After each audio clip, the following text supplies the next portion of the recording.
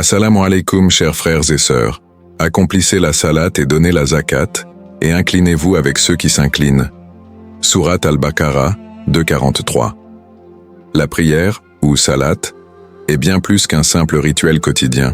Elle est le lien direct entre le croyant et son Créateur.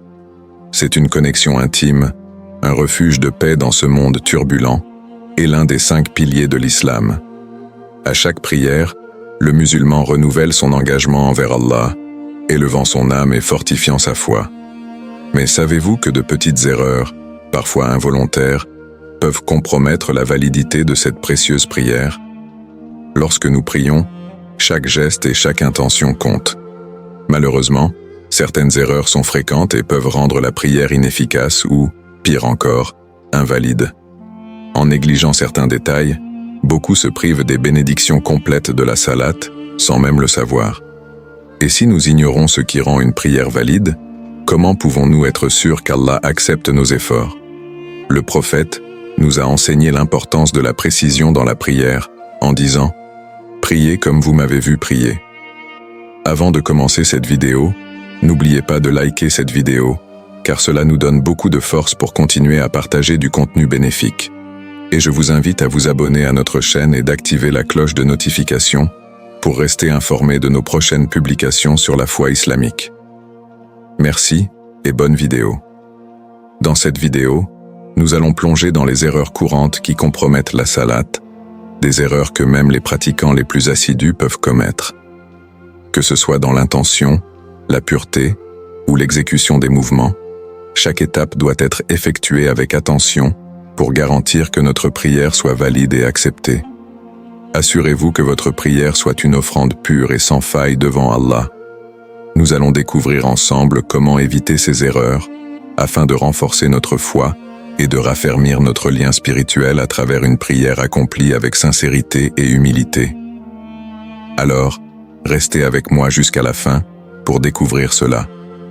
Si vous avez des questions ou des commentaires en cours de route, n'hésitez pas à les laisser en bas. J'apprécie beaucoup vos retours. Allons-y. L'importance spirituelle et obligatoire de la prière en islam. La prière, ou salat, est bien plus qu'une obligation. C'est le cœur battant de la foi musulmane. Allah a ordonné la prière comme un pilier fondamental de l'islam, un moyen par lequel chaque croyant peut s'élever spirituellement, peu importe son statut ou sa situation. C'est à travers la prière que le musulman entretient une relation quotidienne, directe et intime avec son Créateur. Contrairement à d'autres formes de culte, la salat n'a pas d'intermédiaire. Elle est une rencontre privilégiée entre l'âme du croyant et Allah. Chaque prière est une pause précieuse dans l'agitation de la vie. C'est un moment où le musulman se déconnecte du monde matériel pour se reconnecter au divin, trouvant la paix, la sérénité et la guidance dont il a besoin. Au-delà de ces mots et mouvements, la salat est un engagement, une preuve de foi renouvelée plusieurs fois par jour. Elle purifie l'esprit, fortifie la foi et offre aux croyants l'opportunité de corriger ses erreurs et de demander pardon pour ses manquements. Comme l'a dit le prophète, la prière est la clé du paradis. Un lien direct avec Allah, la dimension spirituelle. La salat, c'est bien plus qu'une simple série de gestes et de paroles. C'est une reconnexion avec Allah, une chance de ressentir sa présence, sa miséricorde et sa grandeur. En plaçant le front sur le sol, le croyant montre sa soumission totale, reconnaissant que tout ce qu'il possède vient d'Allah et qu'il est le seul digne de vénération. Ce moment de soumission profonde est souvent le plus paisible, celui où l'on peut exprimer ses peines et ses espoirs, sachant qu'Allah écoute et comprend. Il est rapporté que le prophète a dit « La prière est un repos pour les yeux ». Cela signifie que le véritable repos, la paix de l'âme, se trouve dans la prière. À travers la salat, les soucis du monde disparaissent et le croyant trouve une paix intérieure qui le renforce pour affronter les défis quotidiens. La nécessité de la pureté et de l'intention. Pour que la salat soit acceptée, il est essentiel de respecter chaque détail, et cela commence par la pureté. L'ablution, wudu, est un acte préparatoire qui purifie le corps et l'esprit, aidant le croyant à se débarrasser des impuretés physiques et symboliques avant de se présenter devant Allah. Cette purification est une étape clé, car elle rappelle l'importance de se présenter en état de pureté intérieure et extérieure devant le Créateur.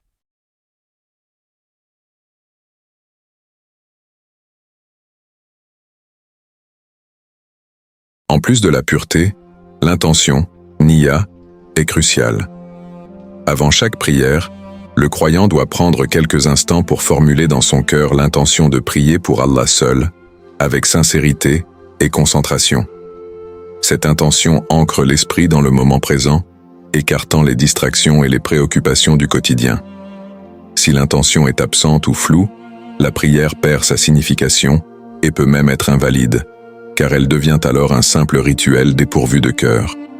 Le prophète a dit « Les actions ne valent que par leurs intentions, et chacun sera rétribué en fonction de son intention. » Cela signifie que même la prière la plus parfaite en apparence est dépourvue de valeur si elle est accomplie sans intention sincère pour plaire à Allah.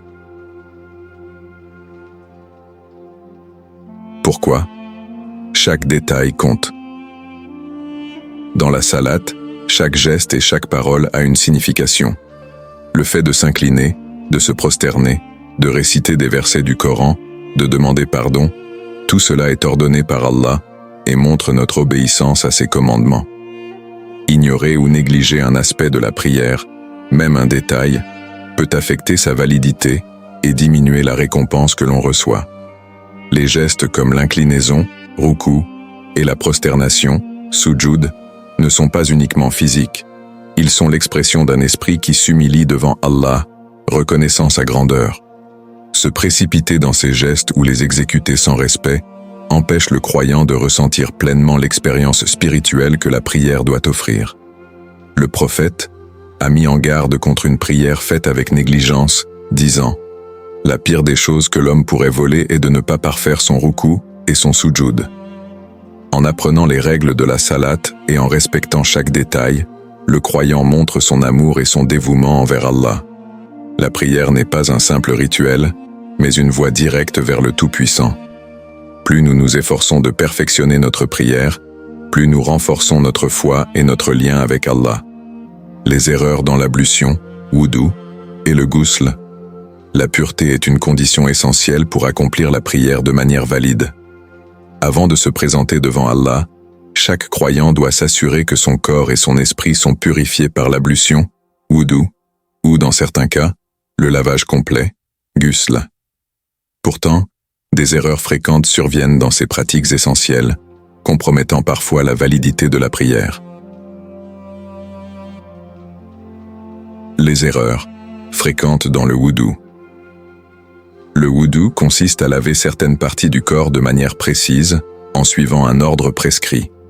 Cependant, beaucoup commettent des erreurs qui pourraient invalider leur ablution. Une des erreurs les plus fréquentes est l'omission de certaines parties, souvent par précipitation. Par exemple, certains peuvent négliger de laver l'intégralité des coudes ou de faire passer l'eau sur chaque doigt et entre les orteils. Ces omissions, même involontaires, invalident le wudu, car le croyant ne s'est pas totalement purifié comme Allah l'a ordonné. Un autre problème courant est le manque d'attention dans l'intention, niya. Avant de commencer le wudu, il est essentiel de formuler intérieurement l'intention de se purifier pour la prière. Cette intention dirige l'esprit vers Allah et éloigne les distractions.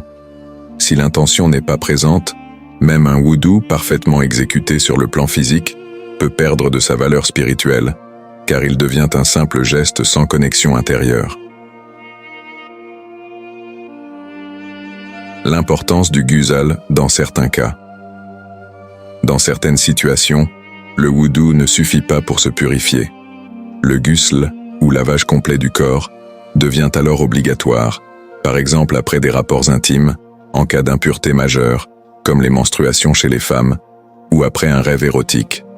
Sans le ghusl, la prière ne peut être accomplie de manière valide, car l'impureté majeure empêche le croyant de se présenter devant Allah. Il est rapporté que le prophète faisait particulièrement attention à accomplir le ghusl dans ces situations et incitait ses compagnons à en faire de même. En accomplissant le ghusl correctement, le croyant ne se purifie pas uniquement physiquement, mais aussi spirituellement, se préparant à entrer dans un état de pureté totale devant Allah. La sunna, l'exemple du prophète, et les conséquences spirituelles. Le prophète Muhammad nous a laissé un exemple précis de la façon d'accomplir le wudu et le ghusl. Il est rapporté que lors de l'ablution, il s'assurait de bien nettoyer chaque partie de manière méticuleuse et en prenant son temps. Par exemple, il passait ses doigts entre les orteils et entre les doigts des mains pour s'assurer que chaque recoin était bien lavé.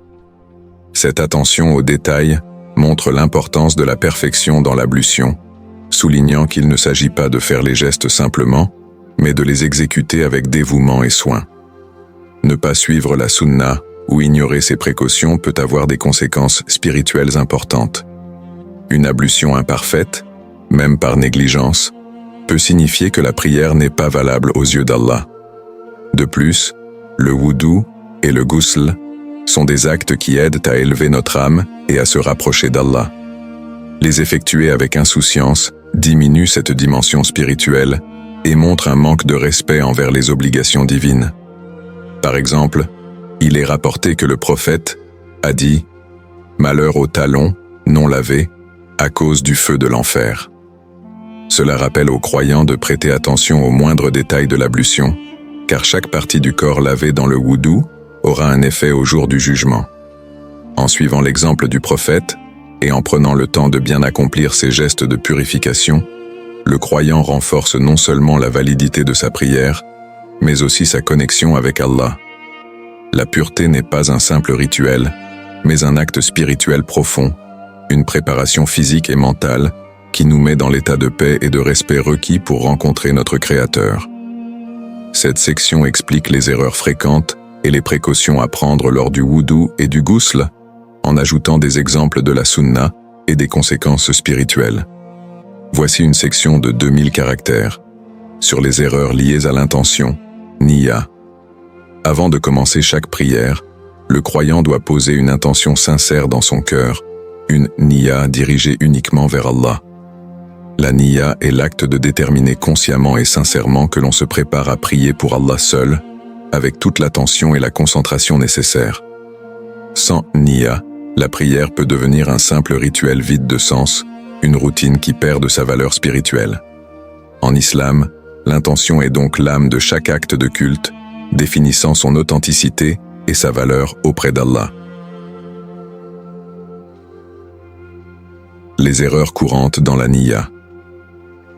Il arrive que certains commencent leur prière sans réellement penser à leur intention, récitant mécaniquement les mots sans avoir pris le temps de se préparer intérieurement.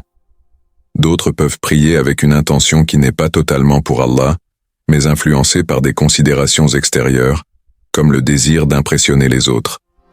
Par exemple, un croyant pourrait prier avec plus de concentration et de ferveur en présence d'autres personnes, mais être plus négligent lorsqu'il est seul. Ce manque de sincérité affaiblit la prière, car elle n'est plus uniquement dédiée à Allah. Une histoire pour illustrer l'importance de la niya. Une anecdote raconte l'histoire d'un homme pieux qui effectuait sa prière avec dévotion chaque jour. Un jour, alors qu'il priait dans la mosquée, il remarqua que des gens l'observaient.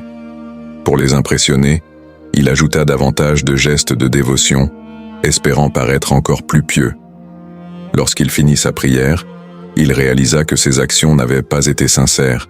Il avait cherché à être admiré par les autres, oubliant qu'il priait pour Allah seul. Pris de remords, il demanda pardon à Allah, reconnaissant que sa prière avait été entachée d'ostentation. Cette histoire illustre le danger d'une intention mal orientée, qui transforme la prière en un acte de vanité plutôt qu'en un acte d'adoration.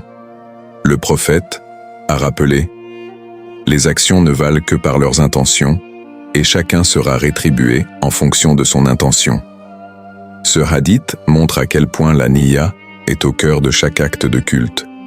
Une prière faite avec une niya sincère a plus de valeur, même si elle est imparfaite, qu'une prière impeccable faite pour plaire aux autres. La niya est une connexion silencieuse et invisible, mais essentielle pour que chaque prière soit véritablement acceptée par Allah. Les erreurs dans l'exécution des mouvements de la prière. L'exécution correcte des mouvements dans la prière est essentielle pour garantir sa validité. Chaque geste, chaque position a une signification spirituelle profonde. En négligeant ou en précipitant ces mouvements, on risque non seulement d'altérer l'authenticité de la prière, mais aussi de perdre les bienfaits spirituels qu'elle apporte. Voici quelques erreurs fréquentes dans l'exécution des mouvements, et pourquoi il est crucial de les corriger.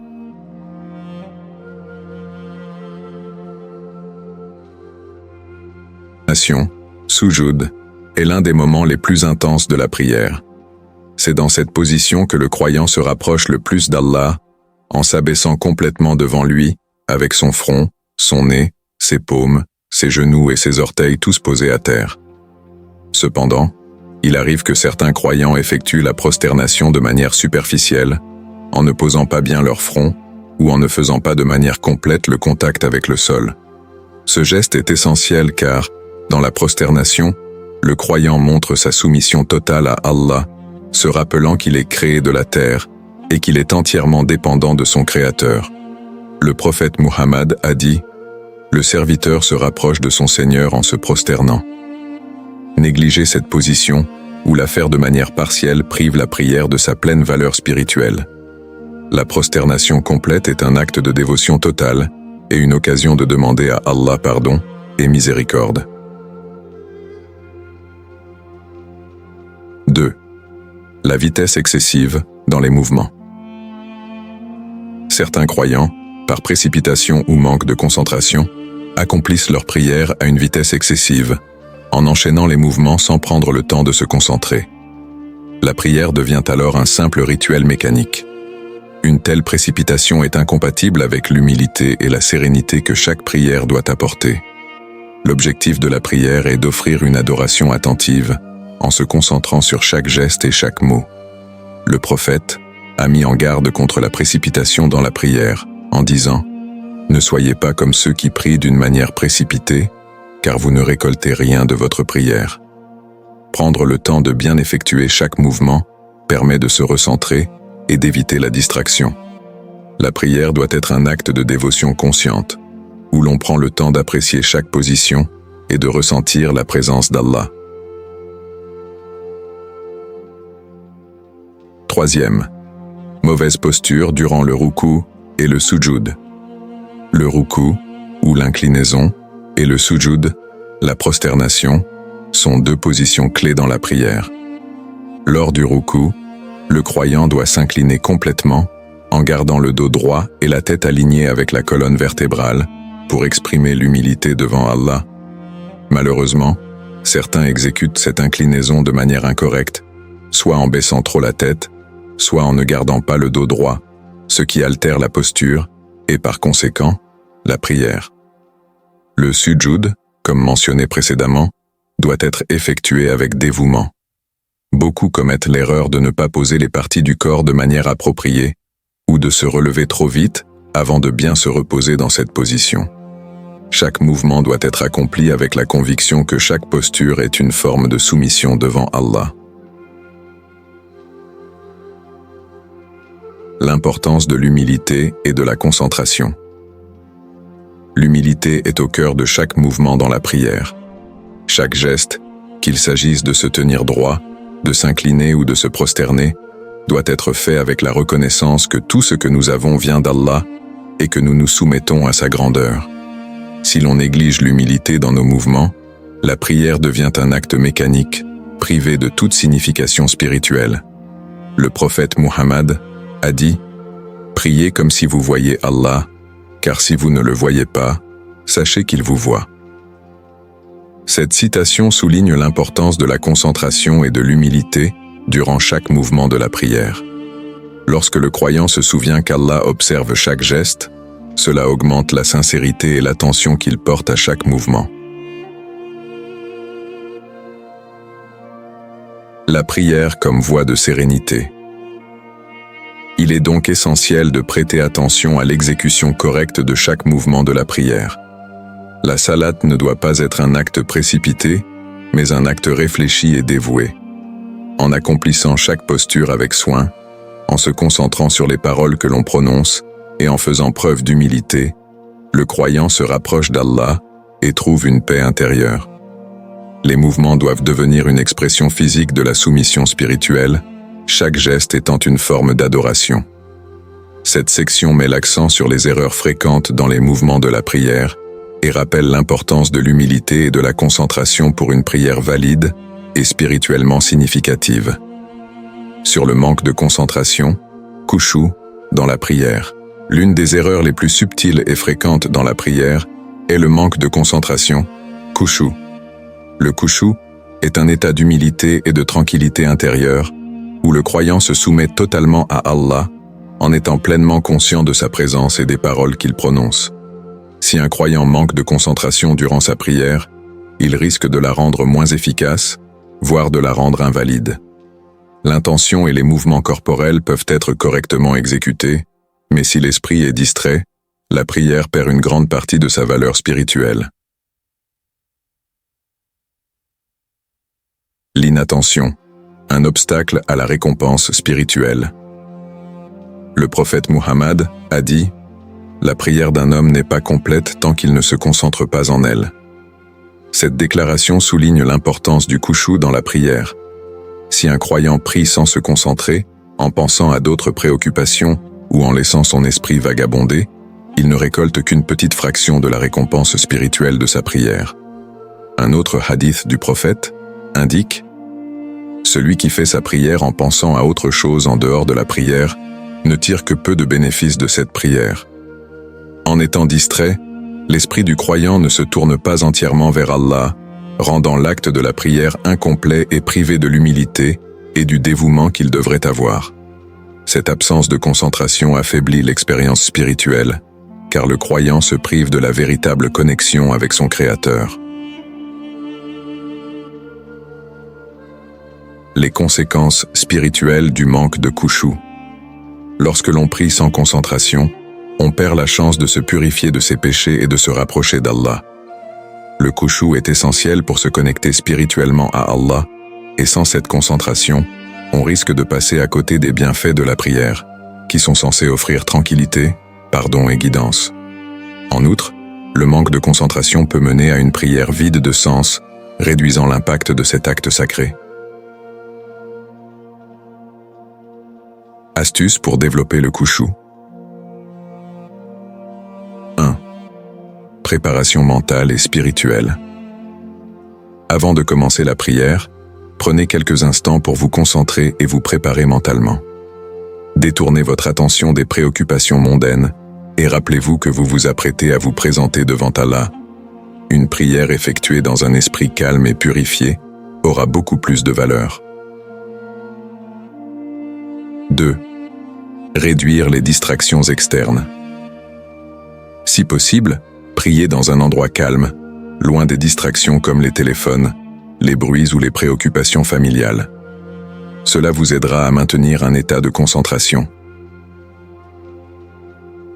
3. Comprendre ce que l'on dit.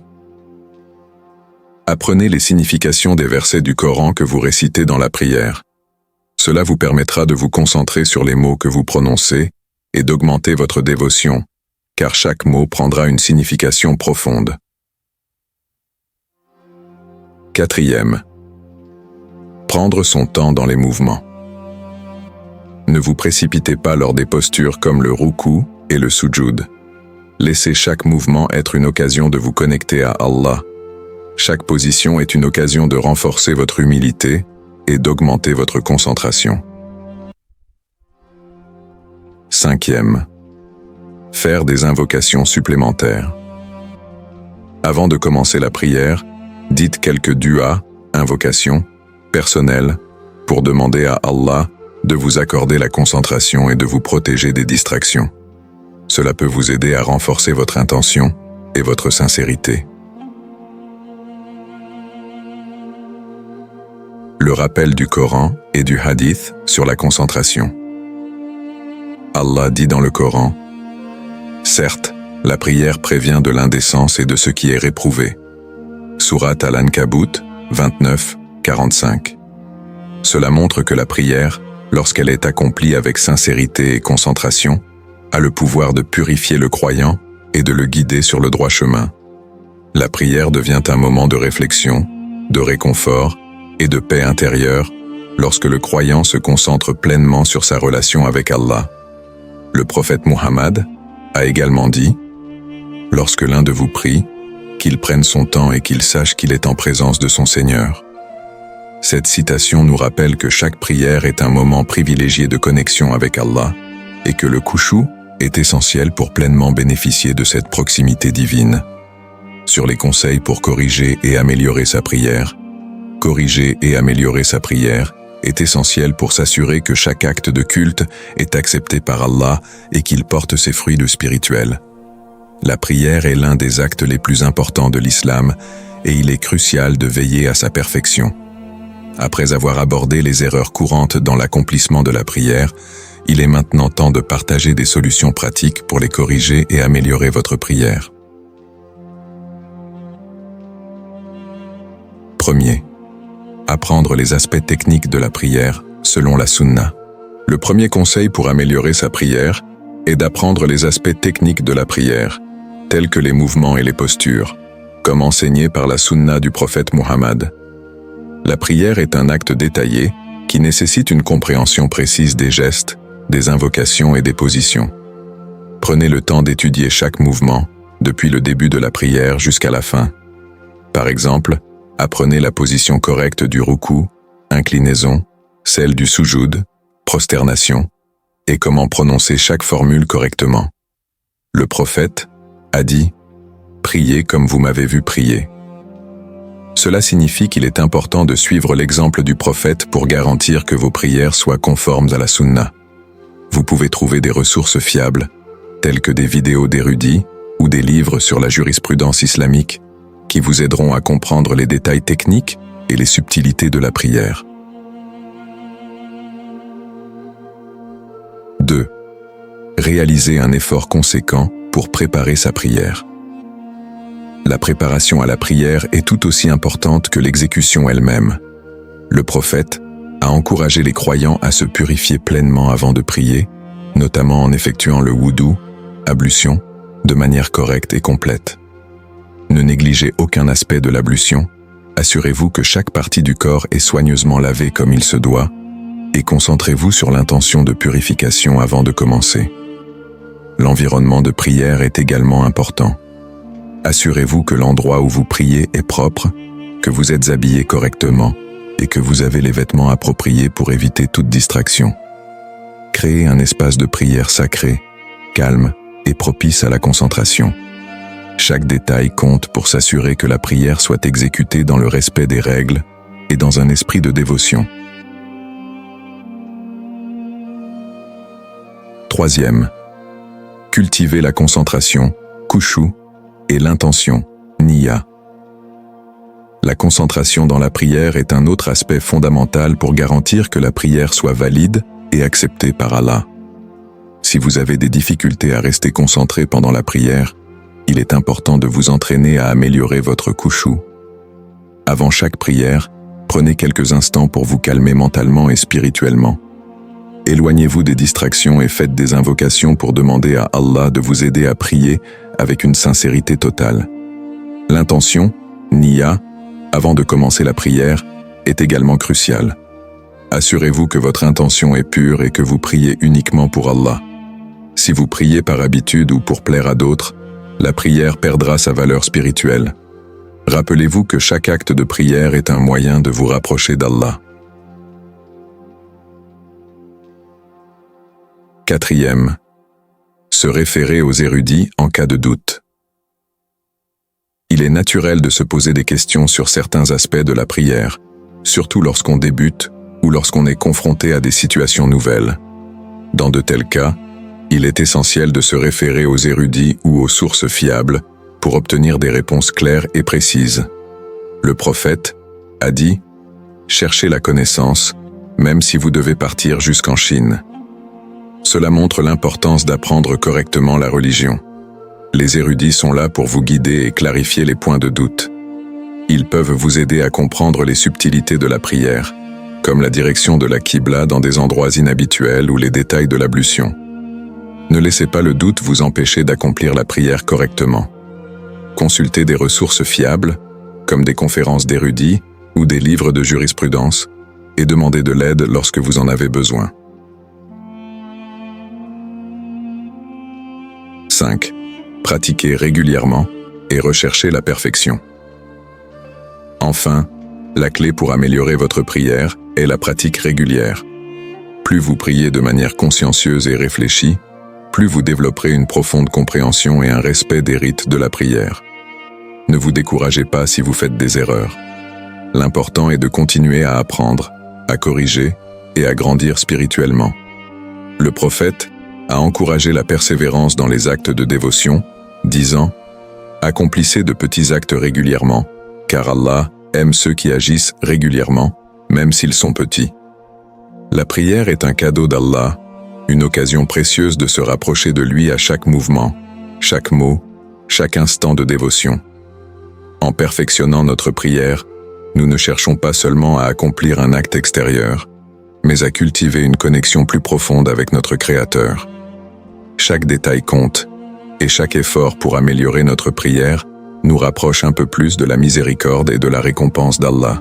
N'oublions pas que peu importe les erreurs que nous avons commises, l'essentiel est d'avoir l'intention sincère de nous améliorer et d'agir pour plaire à Allah. En accomplissant cette prière avec concentration, dévotion et foi, nous devenons les serviteurs les plus proches d'Allah.